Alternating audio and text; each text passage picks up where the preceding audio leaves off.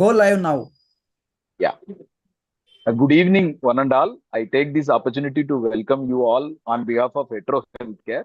My name is Rajamanikam, working as a senior sales manager of Hetero Healthcare, Kilian CNS division for South. First of all, I am thanking you all for joining us today to discuss on the topic Cipracet, the new treatment in the treatment update. As you know about Hetero Healthcare, we are the largest R&D wings having 360-degree solution provider. More than 25 years of excellence in multiple therapies, currently present in more than 125 plus countries worldwide. More than 300 products across various therapeutic categories such as HIV, AIDS, oncology, cardiovascular, neurology, and psychiatry. Distinction of bringing 4 biosimilar products to the market, 36 plus state-of-art manufacturing units across the globe, pioneering in quality and innovation. Today, we have with us as chairperson, moderator, Dr. C. Pannirselvan. He actually don't require any introduction. Such a versatile personality and a famous personality across the India in IPS and across other specialty in IMA platform also. He's a fantastic orator and he has made his own mark in the field of psychiatry. But it is my duty to introduce him. He's the director of Sneha Mind Care Center, which is a big private psychiatric hospital and research center in South Tamil Nadu. He caters more than 15 southern districts, involved in a lot of social initiatives with government and with NGOs and with the various private social organizations. He is into a lot of research work. To name a few, I just give a brief about him that he as a research scientist worked in Nimans from 1998 to 1999. As a senior resident, he worked in Nimans in Department of Psychiatry and currently director and consultant psychiatry, chief consultant psychiatry at Sneha Mind Care Center, Tirunelveli. And his research work, name a few, in national and international platform, almost more than 30 research work he has done. And he published book in Tamil, Mananalam Terindu Kolvom. This is a very famous book. It is published by famous Kannadasan publications. And he has released audio book in Tamil, Mananalam. And he has published various articles related to mental health in multiple newspapers across English and Tamil. And currently, he is a proud president of Indian Psychiatric Society, Tamil Nadu chapter. I'm glad that introducing a very versatile person here. Sir, over to you and your disciple, your follower. He developed under you. You are, one of the best disciple. Dr. Noorul Hasan is the speaker, and we just completed our Teachers' Day now. This is a good teacher and student combo we have today. And over to you, sir. Yeah, thank you, sir. Thank you, Rajamanikam, sir. Healthcare. And good evening to all of you. It's very happy to introduce the today's speaker, Dr. Noorul Hasan. Dr. Noorul Hasan has did his MBBS in Thoothukudi Medical College, and he did his MD at the National Institute of Mental Health and Neurosciences, Bangalore. You all know that NIMANS is one of the premier institutes for psychiatry in Southeast Asia. Currently, he has his own clinic, and he was a consultant psychiatrist at Alpha Mind Care Center at Tirunelveli, and also he is a consultant at the Manidam in Melapalayam and Sifa Hospital at Tirunelveli. Dr. Noorul Hasan has presented many scientific papers in national and international conference, and he has conducted more than 100 academic and community level programs. Noorul Hasan area of interest is OCD, geriatric psychiatry, and so psychotherapy. With a small introduction of Dr. Noorul Hasan, is a good orator also, as that Rajamanikam sir said. Dr. Noorul Hasan is going to speak about the Cariprazine. We all know that Cariprazine is a new molecule. We know that antipsychotic classified into 3 ways. One is the first generation antipsychotic, haloperidol, chlorpromazine, trifluoperazine, and now it's a very good molecule, first generation antipsychotic. Only thing is that it produces more side effects. That is especially extrapyramidal symptoms. Then second generation antipsychotic, which has a very minimal EPS, but it has a more metabolic syndromes like diabetes, hypertension. We all know that a very commonly used molecule like risperidone, olanzapine, clozapine. These are all the molecules which increase the diabetic level, increase the weight gain and the menstrual problem. A lot of issues occurs. Then another thing is new third generation antipsychotic. That's a newer generation molecules. The two classical in third generation antipsychotics, one is aripiprazole and second is the cariprazine. These two are the third generation antipsychotic. This third generation antipsychotic is a unique characteristic is that it has very minimal EPS and the metabolic syndrome which caused by second generation is very minimal. That's why it called as third generation antipsychotic, the cariprazine. Cariprazine is basically an antipsychotic drug. Usually, it was being approved in FDA for the treatment of schizophrenia. And later on, the cariprazine we are using cariprazine in bipolar disorder. There's one bipolar 1 disorder like a manic episode, a mixed episode.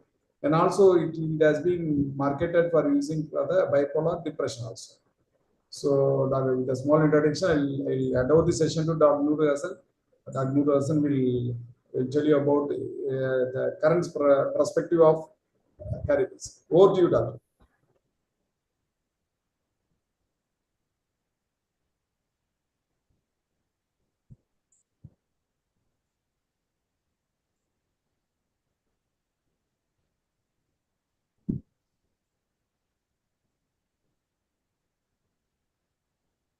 Yeah. My screen visible? Yes, you are listening. Yeah. Yes, sir, your screen is visible. So really, I feel humbled, proud, and highly privileged to get introduced by you in this forum, sir. Thank you for your introduction about myself. So thank you, sir. Thank you. Without much delay in time, I will start my seminar. So let me give a strong disclaimer before starting the kind of a drug seminar today. So usually what happens whenever a new molecule is released, there will be a promotion program in different areas of the country where they will kind of admire the new effects of the novel molecule and they will tend to use in all the conditions as much as possible. With that, they will try to use the molecule highly into the resistant population also. So when we use such a kind of a newly discovered molecule in the resistant population, people will end up in seeing significant lack of effects on the disease progression or acute episodes. So after this experience, that they will feel that this new molecule is not working, and like other molecule, the new molecule also will go to the locker and will not be significantly used in clinical setting from that time onwards. So, usually it will be like kind of an two extreme. There will be exaggeration about the new molecule when it comes to the market, and the fast entry into the locker. So that's what happens with many of the new molecules that we have in the market. So we don't play that game here. We'll try to explore the novel mechanisms of cariprazine and where we can place the cariprazine in our clinical setting. So with that pragmatic introduction, we will enter the topic. So this is the concept that I am going to present in the another 35 minutes. So the disclaimer is the cariprazine was studied effectively between 2012 to 2019 for sequential approval to use in major psychiatric disorders. US FDA approved on 2015 and launched in India from September 13th, 2021. So our hands-on experience in clinical setting with the cariprazine is about just 3 years. Okay, this is a clear disclaimer. So we may not be able to go to so much of literature evidence for whatever psychiatric disorder that we are using cariprazine. Yeah. What are before? So we will just discuss. So usually we start with so much of epidemiology of each illness, then we'll slowly enter the molecule. So that we won't do that now. We'll just enter into the unmet needs in any major mental illness. For example, in schizophrenia, the unmet need be significant disability or daily loss due to the negative symptoms of schizophrenia, number one. And the second thing, side effects of the drug. Okay, that causes significant disability. Around 77% of the people who are taking the medication are experiencing side effects. Among them, 2/3 kind of will be feeling the significant disability side effects of the medicine. So the second issue is the treatment emergent newer disorders due to the drug itself. For example, the kind of the emergence of OCD with the antipsychotics use and the emergence of seizures with the use of high dose antipsychotics. These are all the most common issues that we are actually seeing in the context of schizophrenia. If you see this, significant impairment in daily life is actually due to side effect of the drug when they are on the maintenance phase or on the acute phase of schizophrenia. This is about schizophrenia. When it comes to bipolar disorder, this is the molecule as per the Kahneman guidelines. We have lithium quetiapine divalproate, which is actually doing wonderful thing in the management of bipolar disorder. And later comes the aripiprazole, paliperidone, risperidone, and cariprazine. So cariprazine is actually very much added in the Kahneman guideline in the much earlier phase itself. So these are the available molecule for use in bipolar mania, bipolar depression, and bipolar type 2 depression. So these are the available molecule we have. So with this existing molecule, apart from the aripiprazole, there exists significant amount of metabolic syndrome due to the drug itself. For example, 50% of the people who are taking the drug invariably developing metabolic syndrome. So here the unmet needs are an effective mood stabilizer for both polarity, for example, mania and for depression. Second, good maintenance molecule. Then less long-term side effects, less metabolic side effects, less switch to the other polarity, good tolerability, long duration of action, and a struggle in handling the bipolar depressive. So these are the unmet needs in terms of bipolar affective disorder. And when it comes to schizophrenia, we have significant issue in terms of negative symptom and treatment emergent side effects. These are two issues in terms of schizophrenia. Now, we will try to explore with this expectation, we will try to explore this molecule, whether this molecule actually accomplishes our expectation or needs.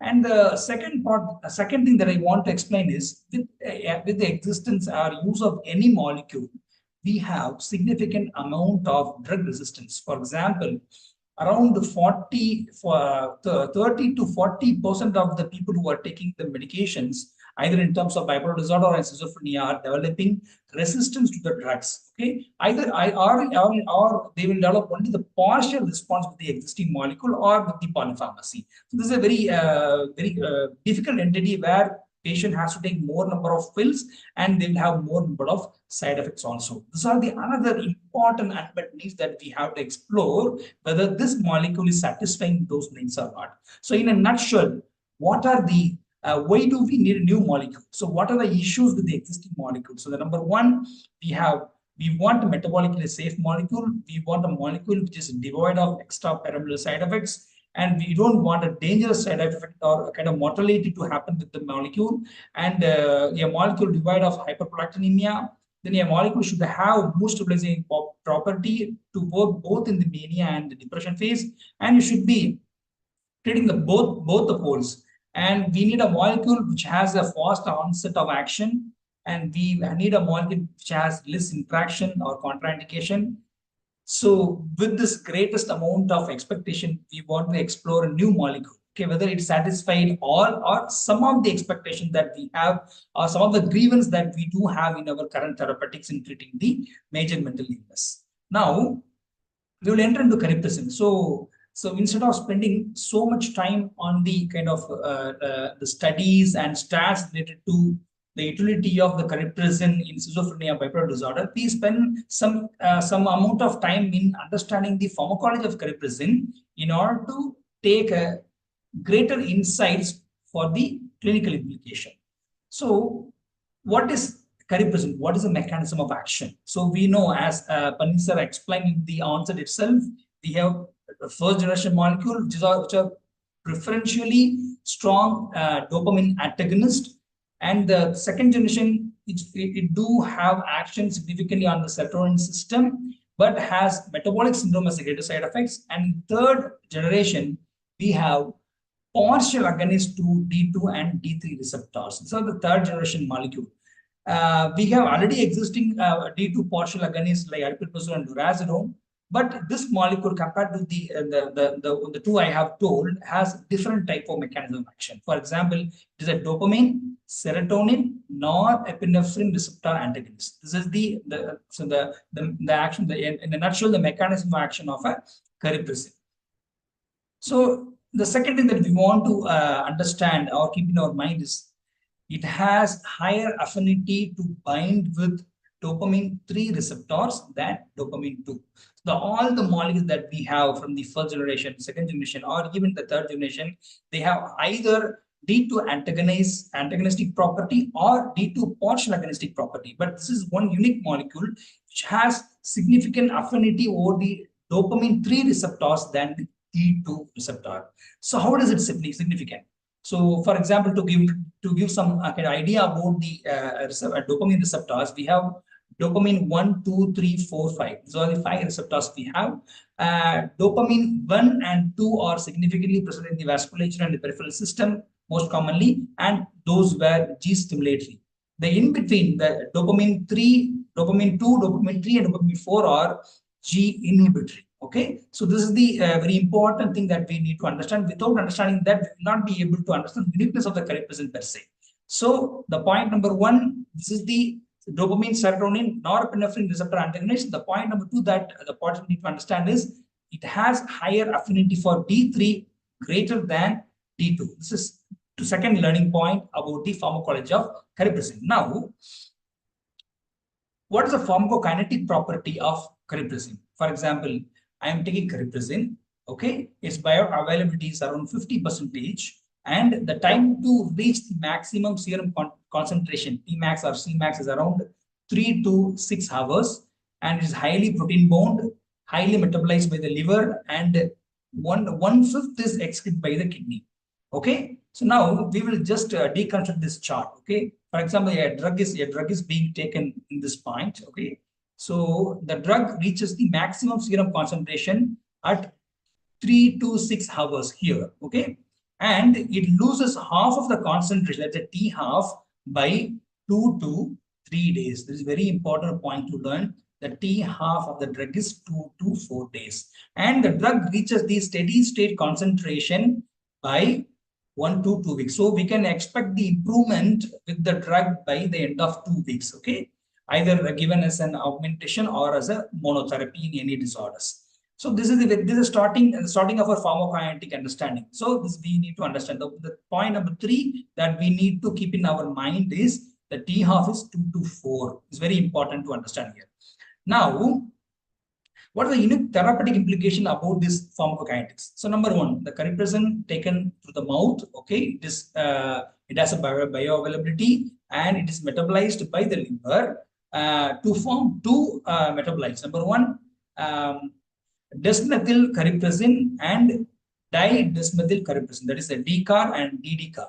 Now, D-car and DD-car both are active molecules. The D-car actually important for the early effects of the drug, and DD-car for the late effects of the drug, with T half for about 2 to 4 days. It acts effectively for about until 2 to 3 days. So till it becomes the half of the concentration in the blood. Okay, so D-car and DD-car both are active molecules, and it is available in the blood in the adequate concentration up to 3 to 4 days. Now, it attains steady state concentration by 3 weeks. By understanding this T half, we can get first inference here. With missing of 1 or 2 pills in a week, it may not cause significant drop in the serum levels. It's a very important point. Now, let me compare with the penfluridol. So we have one molecule called penfluridol, which has a T half of around 70 hours, around nearly 3 days. Okay, and we consider that as a oral depot. Only existing oral depot we can give once in a week is the penfluridol. Now, compare this penfluridol with the existing molecule that we are discussing. So the cariprazine T half is around 2 to 3 days, almost equal to the penfluridol. So what can we do? So cariprazine can be used even with the less compliance. For example, if a patient takes 3 to 4 days in a week, also enough to keep the serum concentration at the steady state level. So the cariprazine use in maintenance phase with the large pacing actually needs exploration as like penfluridol. Now, and hence It increases the time to relapse for any illness in spite of a partial complaints. This is very, very important inference that we need to take in terms of comparing penfluoride as a oral depot to the novel oral depot that we have in the name of Cariprazine. So this need to be explored. The people who are listening to this session can actually put their mind on researching on this molecule to use that as a oral depot. Now we will enter into the neurobiology proper in order to deconstruct how this cariprazine molecule works uniquely compared to the other molecules in the other molecules. Now, so these are the 4 circuits which are very important while understanding the dopamine. So we have circuit number 1, which is called mesocortical, which is from the midbrain to prefrontal cortex. And the second circuit is called mesolimbic, so which comes from the midbrain to the kind of ventral striatum. And the third the circuit is called nigrostriatal, which is predominantly for the movements, and the fourth one, the tubero-infundibular pathway. These are the 4 dopamine pathways. What happens in schizophrenia? So number 1, there exists a high dopamine or upregulated dopamine receptor system at the mesolimbic pathway. Very, very important. Okay. And what happens in mesocortical system? We have deficiency of dopamine or down-regulated dopamine receptor system at the mesocortical pathway. So the participant need to understand this very clearly, because without understanding this slide, we cannot be able to deconstruct the uniqueness of the cariprazine per se. Okay. So in schizophrenia, there is a high amount of dopamine or upregulated dopaminergic system at the mesolimbic and low or downregulated dopaminergic receptor system at the mesocortical pathway. This mesocortical pathway is very important for keeping the emotions alive. Very, very important. And second thing, it can produce a kind of a pro-cognitive effect by dopamine by acting in the circuit can produce a pro-cognitive effect, and it can improve the mood also. So this is the mesocortical dopamine 3 receptor is the one that we are going to consider in the further slides. Now, so what is the role of D3 receptor? So for example, so in the mesocortical circuit, from a presynaptic membrane, the dopamine is being released. Okay, and it is binding with the postsynaptic membrane. So after the adequate availability of dopamine, or after the completion of the function of the dopamine, this dopamine will bind to the D3 presynaptic autoreceptor in order to decrease the release from the presynaptic system. So this is a very important thing that you need to understand. So D3 receptor is a presynaptic autoreceptor which is predominantly present in the mesocortical pathway. And when we are comparing this receptor density with the mesolimbic, the density or number of receptors in the mesocortical pathways are actually less. So for example, if a preferential D2 antagonist like a first generation antipsychotic is given, right, when it is blocking the D3 receptor in the mesocortical pathway, the drug itself will produce significant amount of emotional blunting or negative symptoms when we use the first generation. Because of that only, we are unable to use the first generation at any context of any extent of treating the negative symptoms of schizophrenia. So the very important thing that we need to learn from this slide is D3 is the autoreceptor. By binding by the binding of agonist, which is the dopamine at the D3 receptor, there will be downregulation or decrease in release of dopamine. So this is the point that we need to understand. Okay. For example, if there is decreased binding or decreased agonistic activity in the D3 receptor, what will happen?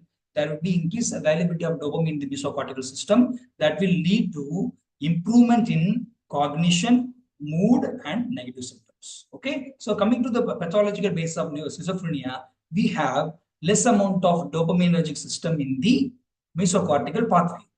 Okay. So if the dopamine is binding excessively at this D3 receptor like autoreceptor system, what happens? Even with the reduced number of dopamine in that system, there will be significant scarcity if that dopamine tend to bind so much in the autoreceptor system. Okay, so this scarcity may worsen the negative symptoms. So we are going to handle this kind of scarcity of dopamine existence in the synapse by using cariprazine. So how are you going to do? Now concentrate very focus on this slide. So number one, dopamine released from the presynaptic terminal. Okay, it binds at the postsynaptic neuron in frontal cortex, acts at the D3 receptor, which improves mood, cognition, and prevents negative symptoms. Okay, dopamine when exists binds at the presynaptic D3 to control its own release. So this is called kind of autoreceptor system. So antagonism, if you do antagonism of the D3, may cause uninterrupted release of dopamine. So this is what we need to understand. But the uniqueness about the molecule is, if there is low amount of dopamine that is agonist in the system, the cariprazine will directly antagonize a D3 in order to keep the dopamine release alive, in order to produce a improvement in cognitive and the mood effects. Okay, but if there is significant amount of dopamine, it will act as a partial agonist. So this is a very important one a listener need to understand. Number one, in the presence of lower number of agonist to D3, cariprazine directly antagonizes the D3 system, but in the terms of adequate amount of agonist in the synapse, cariprazine will act as a partial agonist. So this is the clear neurobiology that we have deconstructed in terms of cariprazine. This is the unique effect of the cariprazine, which other molecule doesn't have. Okay, the cariprazine can do the same thing to D2 also, but what is unique here is its action on the D3. Okay, now we'll move into the other receptor actions on the other receptor system. Now we have established some amount of understanding how it works in terms of handling the negative symptoms or mood symptoms. Now we will understand how it acts on the serotonin system. For example, by antagonizing 5-HT2A, there will be lower risk of extrapyramidal symptoms. So by handling the serotonin system, number one. By antagonizing this 5-HT2A, it will cause downregulation of the glutamate system and thereby downregulation of the excess dopamine availability in the mesolimbic pathway. So by antagonizing of the 2A, 5-HT2A, it can have a moderate amount of antipsychotic effect. Okay. So after D3, we are now understanding this. And the third point that we need to understand is, by acting on the 5-HT1A as an agonist or antagonist or a partial agonist, it causes improvement in negative symptom and depressive symptoms. So why am I discussing so much about the neurobiology here is, the previous slide that I have shown is very important to understand how the cariprazine uniquely works in kind of improving the negative symptom. And the second slide that I am showing here, what it does, we can understand how the cariprazine can actively treat the bipolar depression. So to understand these two domains, understanding this receptor level of neurobiology is very, very important in understanding the cariprazine. Now, yeah, so let us compare. So compared to, okay, all the molecule that we have famously, so just see the cariprazine, it has less amount of EPS and it has akathisia compared to a significant amount of akathisia as cariprazine. But when it comes to hyperprolactinemia, weight gain or hyperglycemia, or even in terms of QT prolongation, its effects are actually very less. That adds to the uniqueness of the molecule again. Now, you can actually go through this chart very, very cautiously. The actions or the benefits of cariprazine is almost equal to the aripiprazole. So that means, where do we position this new molecule? So are we going to use cariprazine as an aripiprazole like for treating hyperprolactinemia, or for shifting to the aripiprazole, the maintenance phase of schizophrenia? Are we going to use that molecule like aripiprazole? No. So this is the comparison contrast between cariprazine and aripiprazole. Now, aripiprazole is a predominant D2 partial agonist, but cariprazine is a D2 and D3 partial agonist. So this adds so much function into it. Second thing, cariprazine has no binding at cholinergic or muscarinic system, but aripiprazole has. So this causes a decreased side effect related to the anticholinergic system. And the third point, cariprazine can be used for effective treatment of bipolar depression because of its action in the D3, but aripiprazole hardly works in bipolar depression. And the fourth point, cariprazine can be used for effective treatment of negative symptoms of schizophrenia, but aripiprazine very less effect on the kind of negative symptoms. And cariprazine theoretically noted to be pro-cognitive pro-cognitive molecule, but aripiprazole we don't know. So compared to though its profile is almost equal to the aripiprazole, but it has other 3 or 4 unique pointers that can which will make us to place this molecule specifically in the areas of treating negative symptoms and in the bipolar depression. Now, so few specifics since we understood the pharmacokinetics and dynamics. So with that, I'm extrapolating the discussion to the side effects profile of the cariprazine and how we can place this molecule in the CLP setting. For example, cariprazine has no major effect on QTC. So whenever you are called for any kind of a call over in general hospital and they have some kind of ECG changes and patient is on cariprazine, so you can very well say that it doesn't have a significant effect on the QTC. So unlike other molecules that we have, and the risk of hypotension or postural drop is actually very low with this molecule, and hyperproteinemia is very, very rare. And because of the D2 postural agonistic property, patient can have nausea and vomiting. Very few patients can have nausea and vomiting for one time. And the sexual dysfunction as a side effect of this molecule is actually very rare. But the major problem with this molecule in the initial phase of treatment is the akathisia. So how do we handle this akathisia? So when we read the molecule in deep, the only side effect that we can pick up from the cariprazine use is the akathisia. So that we need to handle. So now I'm just displaying the concept for handling the akathisia. This diagram is actually taken from the Maudsley prescribing guidance for physical disorders. So whenever we have patient developing akathisia, because of the cariprazine, what we do? So number one, we can try decreasing the dose, and the second step is shifting to another antipsychotics. But in psychiatry, shifting to another molecule is actually not a good idea because patient may relapse at any time. So the third step is giving propranolol up to 80 milligram. Okay, and if that doesn't work, what do? We can add a low dose mirtazapine. If that doesn't work, we can actually add triacylfentanil up to 6 milligram per day. So if nothing is working, then we can give benzodiazepine at the higher dose. Okay, so for example, if the kind of adding benzodiazepine causes significant amount of sedation, then we have non-sedative benzodiazepine like etizolam is there. We can try that also. And the last, if nothing works, then we can try clonidine. These are the concept for handling or managing the akathisia due to any drug. Why I'm going deep into this akathisia management is the only significant side effect that we can see with cariprazine is akathisia. Okay, but it is very, very distressing for the patient to have it.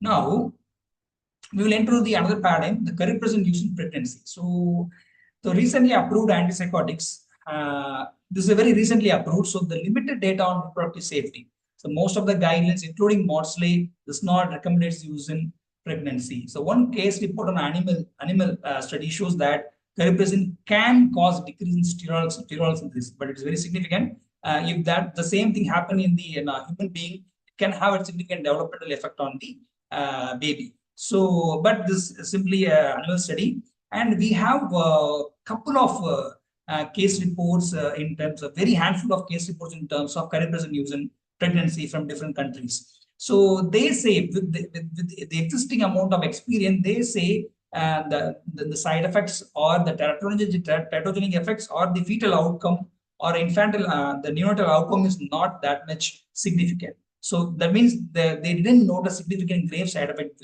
either in terms of fetal life or in terms of the first year development of a child. So what can we do? So for example, the patient is on cariprazine and the patient is reaching to us, okay? By the end of, usually they will come to us after 4 weeks or 6 weeks. So what do we do now?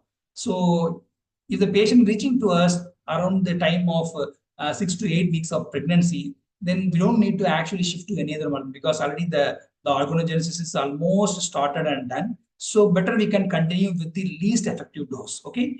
But if they're planning for pregnancy, then we can choose some other much safer molecule that we can understand very well. So whatever molecule that we know that this is not at all causing teratogenicity, that molecule we can opt for those individuals.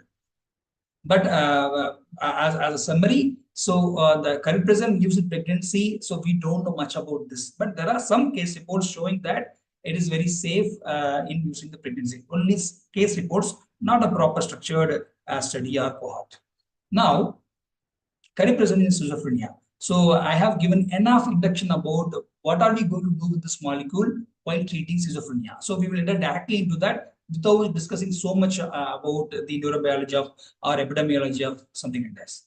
Now, in schizophrenia, we have 4 domains of symptoms: positive symptom, negative symptoms, affective and cognitive symptoms. So the one thing that we are going to address significantly with this molecule is the cognitive and negative symptoms. But before that, we need to know whether this molecule works or not. For that, we have to compare this molecule the initial time with the placebo. Okay. So compared to the placebo, okay, 3 to 6 milligram per day usage in schizophrenia is actually significantly superior to placebo. So with this study, okay, we came to understand that cariprazine as a molecule, it works in acute episode of schizophrenia. Okay, but how much effective it is, that we need to evaluate further.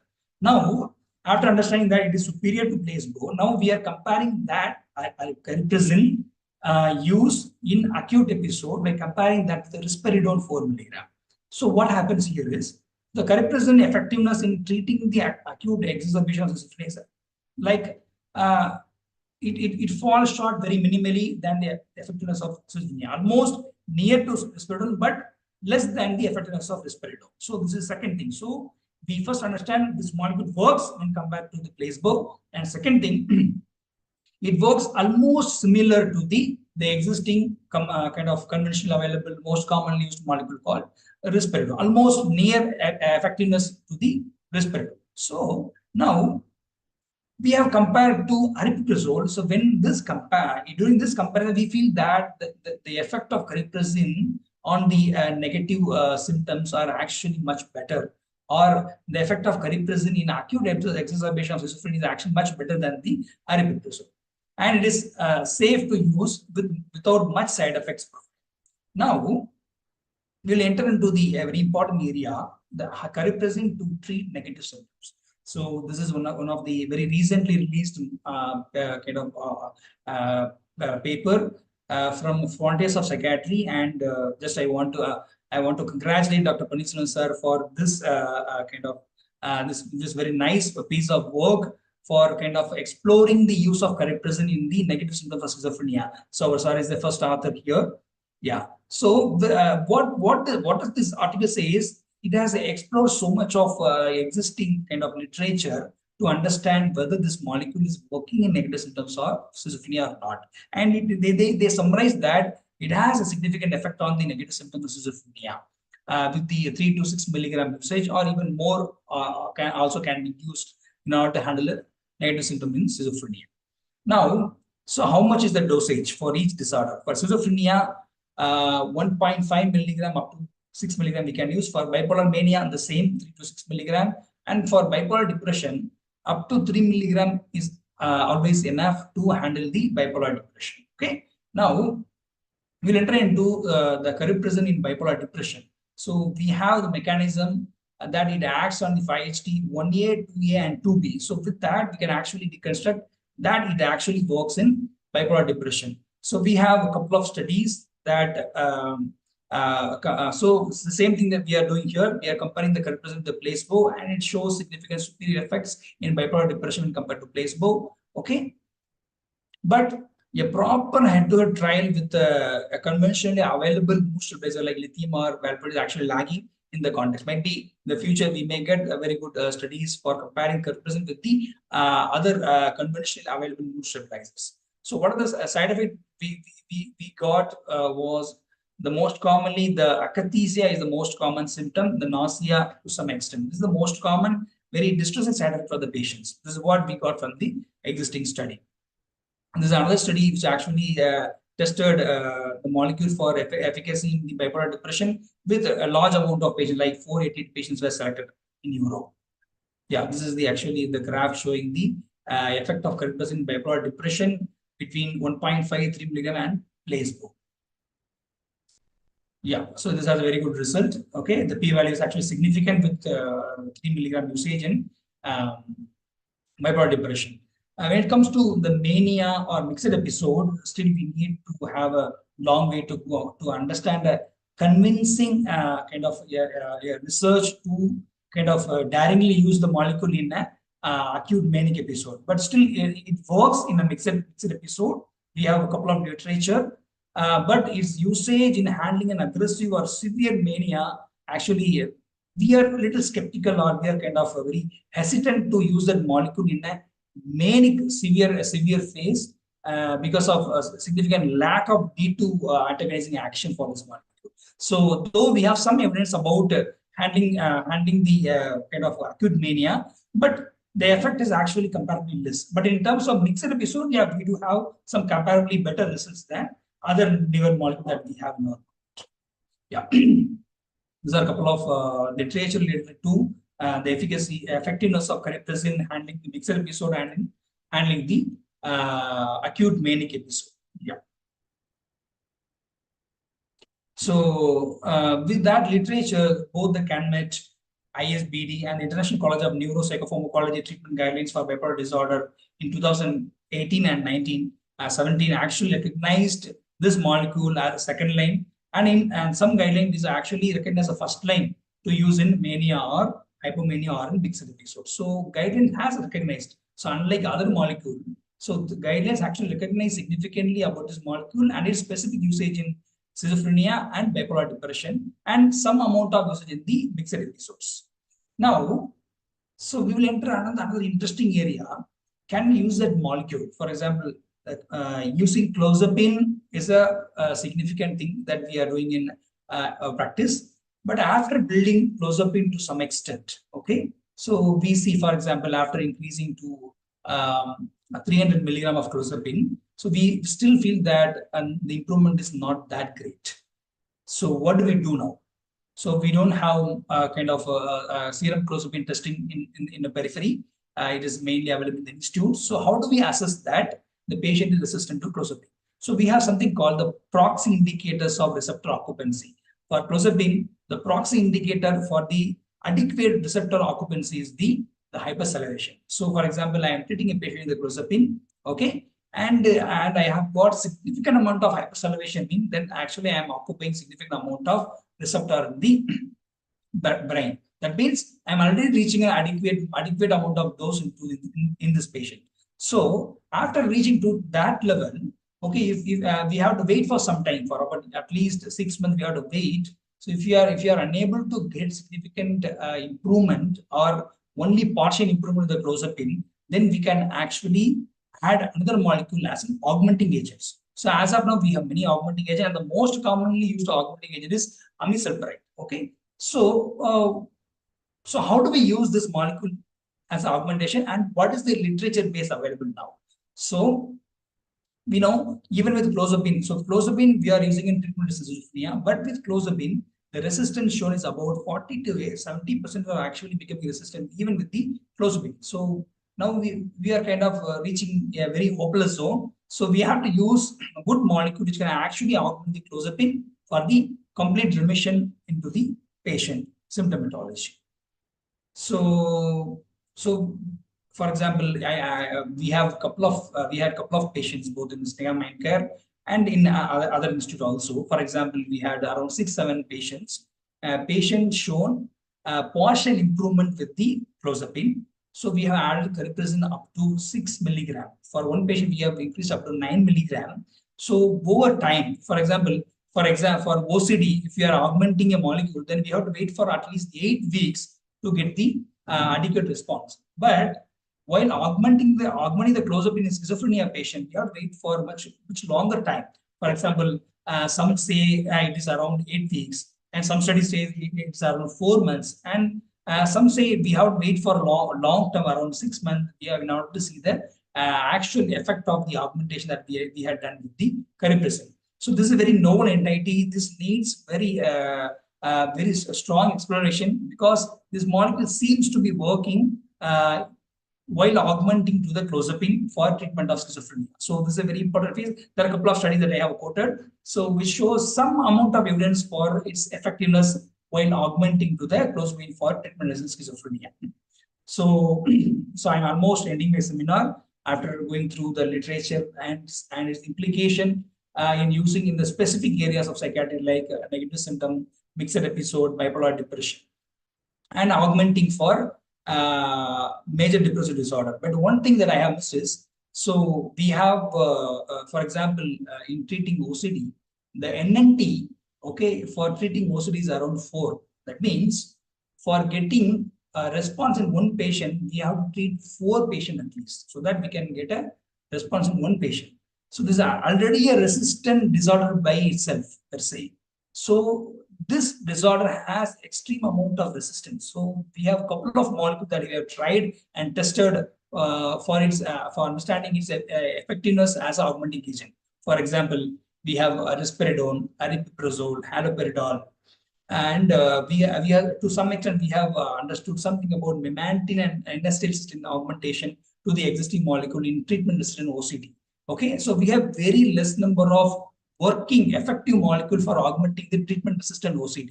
So this molecule is actually a very good augmenting agent. We can try and explore. I have some personal experience with good effects while augmenting Cariprazine to the existing molecule for treatment-resistant OCD, but that need more exploration through proper structured studies.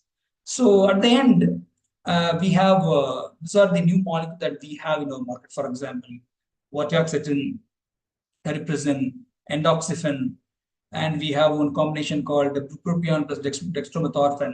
We have etifoxine released in the name of Tranxaity from Sun Pharma, and we have lasmeritan, a newer molecule to treat migraine, and we have Regiana from the Cellagenix, and we have cannabidiol from many pharma. So these are all the new molecules that we have currently in our market. So leaving the other useless molecule, I have just restricted some important new molecule that has some place in psychiatry. So these are new molecules, but so young minds need to actually contemplate why are we using this molecule. So there are some points that I want to give to the younger generation who are listening to the presentations. Number one, so never jump impulsively for a new molecule. So better define your rationale for use. And the point number 2, if you get a new molecule, try to use it in the first episode rather than using it in a resistant case, because those disorders were resistant even to the potent antagonist like the first generation and second generation. So try to use it in the first episode rather than use it in the resistant cases. And third thing, through evidence, though evidence for less side effects are available, use cautiously, note down your treatment emergent adverse effects, report if anything dangerous or unique happens. This may help in better post-marketing surveillance. So never expect always positive when you do a new thing. So scale the effectiveness before and after the use. Okay, efficacy and effectiveness are always not the same. So you have to understand that. Avoid confounders while using this molecule to understand its effect exclusively. So though the effect is established in schizophrenia and bipolar affective disorder, evidences are scarce for augmentation using unipolar depression or OCD. So this opens up many roads for your future research. So at the end, we should not simply stick on to the new molecule while we are handling the resistance. So if nothing is working, then you can actually go back to the older molecule. So there are many magical things happening in our old institute that people were given clozapine, high dose, augmentation of clozapine done, nothing works. Then at the one day, they decided to start haloperidol up to 30 milligram for this patient. The patient improved significantly. So we should never underestimate the older molecule. If nothing works, so that we have something called the older wine in new bottles. We should try to use an older molecule if nothing works. So we should not keep sticking on a new molecule. We should try to place a molecule with different indication in different areas of the illness. So that's how we have to profile the molecule in different phases of illness and different illness in psychiatry. So hope that completes my session. Thank you one and all who present here. Thank you. Very good presentation, very good and elaborate presentation about Cariprazine, Dr. I personally feel that Cariprazine is a wonderful molecule. We are using it for a huge number of patients for quite few years. And simply from the summarize what Dr. Noorul has presented, it has whenever there is hypodopaminergic state in negative symptoms, inflammatory cortex, it increases the level of dopamine. When there's a hypodopaminergic level, it decreases the level of dopamine level. That way, it improves positive symptoms. and it has more affinity and D3 receptor than the D2 receptor. And it impact on 5H1A receptor response for the antidepressant effect, and impact on 5H2A receptor response for the antipsychotic effect. And it has a less metabolic side effect. And as Dr. Noorul said, is the akathisia is one of the major side effects. But it occurs only when you use it in a very huge dose. Usually, when you use it for 6 milligrams, like that. When you gradually titrate, you start with 1.5 milligram, you gradually titrate over a week or over days, then the akathisia will be very less. Straight away, you start 3 milligram or 6 milligram, then the akathisia will be one of the great impact, one of the hindrance for using this cariprazine. But not all the patients develop. Practically, not all patients develop it. Only very few. For example, if you 100 patients, out of 100, 60% of the patients they won't develop it. Only 40% they may develop, and that too in a high doses develop. Generally, 1.5 milligram, 3 milligram, very unlikely patient may develop this akathisia. And Dr. Noorul said how to manage the akathisia, not only for this cariprazine related, for all the antipsychotic related akathisia is very nicely explained about how to use it. And also, as he said, that optimal dose for schizophrenia and bipolar disorder, you have to use at least 3 to 6 milligram of cariprazine. And for example, bipolar depression or the negative symptom of schizophrenia, you can use 1.5 to 3 milligram. Bipolar depression, always use 1.5 to 3 milligram. More than that, I don't think it will be much effective. So the small summarizing point, this topic is open for discussion. Dr. Noorul, can you go through the chat box and answer some questions in the chat box? Yes, sir. Yeah, sure, sir. Sir, the first question which has been came that can we use cariprazine as a first line antipsychotic in young adults and adolescents, or only as a augmenting add-on to be used? Yeah. So I can answer in two ways. So as per the existing literature, we can use as a monotherapy for using it in young adults. No doubt in it. But depend upon the severity of the episode with which the patient is presenting, the preference of molecule changes. So that we need to be very clear. If you want to control severe aggression, then we need to think that this patient needs significant antagonism with the D2. So like that, I profile it. So if the patient is coming with significant aggression or very severe mania, then simply giving a monotherapy of cariprazine may not work. So that we need to keep in mind. And second thing, about the adolescents, so we have very scarce literature for using this new molecules in younger generation less than 18. So we need some more time to handle this question, I think. You need the next question. Okay, yeah, fair enough, sir. So one more question has been came that it is interesting to note this is an effective oral depot antipsychotic. Kindly give us some more insights, sir. Yeah. So I try to compare cariprazine with penfluridol. Okay. So penfluridol T half is 67 hours. Clearly telling. So if we keep that as around 70, it is around 3 days.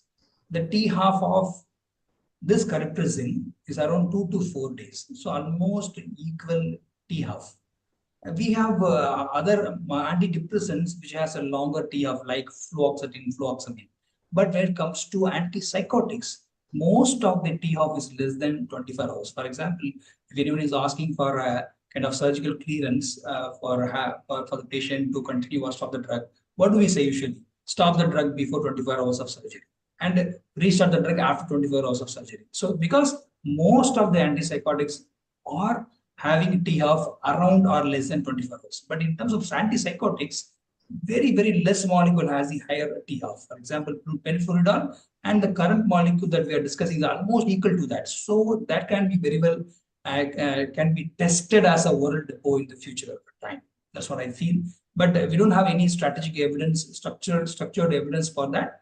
But we can experiment actually. Whenever we have patients who are on the maintenance phase, okay, we can shift the patient to cariprazine, okay, and we have to ensure that he's in maintenance, okay, And we can try that cariprazine molecule, and we can space the molecule alternate day, once in 3 days. Like that, we can test that.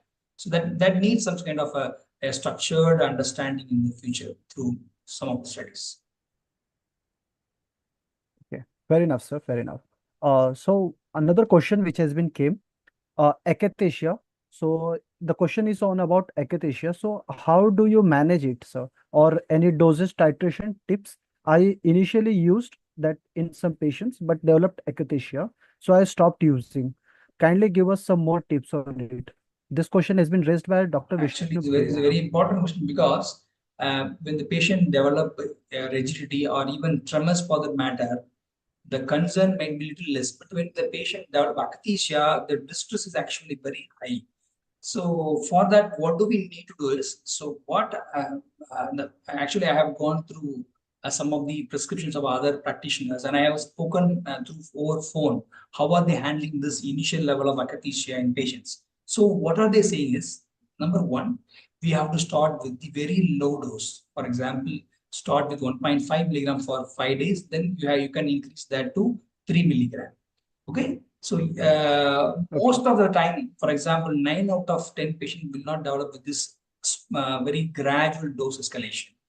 But if you feel we are risking even with this slow titration, what I would recommend this. Okay, this is for very a private psychiatric purpose. I am telling, because it may cause a dropout, okay, or may cause a kind of poor compliance to the treatment. So what I am doing is, so whether the patient will develop akathisia or not, what I'm trying is, in the initial 10 days of cariprazine, I'm actually giving the propranolol 20 milligram.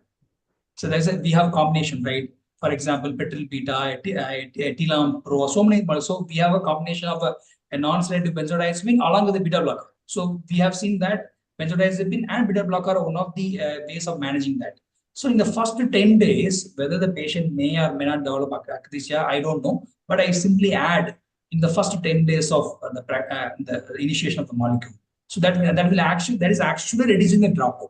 After I am doing this kind of augmentation, the initial time itself, I'm actually not seeing that much akathisia as like I have seen in the first year of the molecular usage. So that's what I want to say to this participant.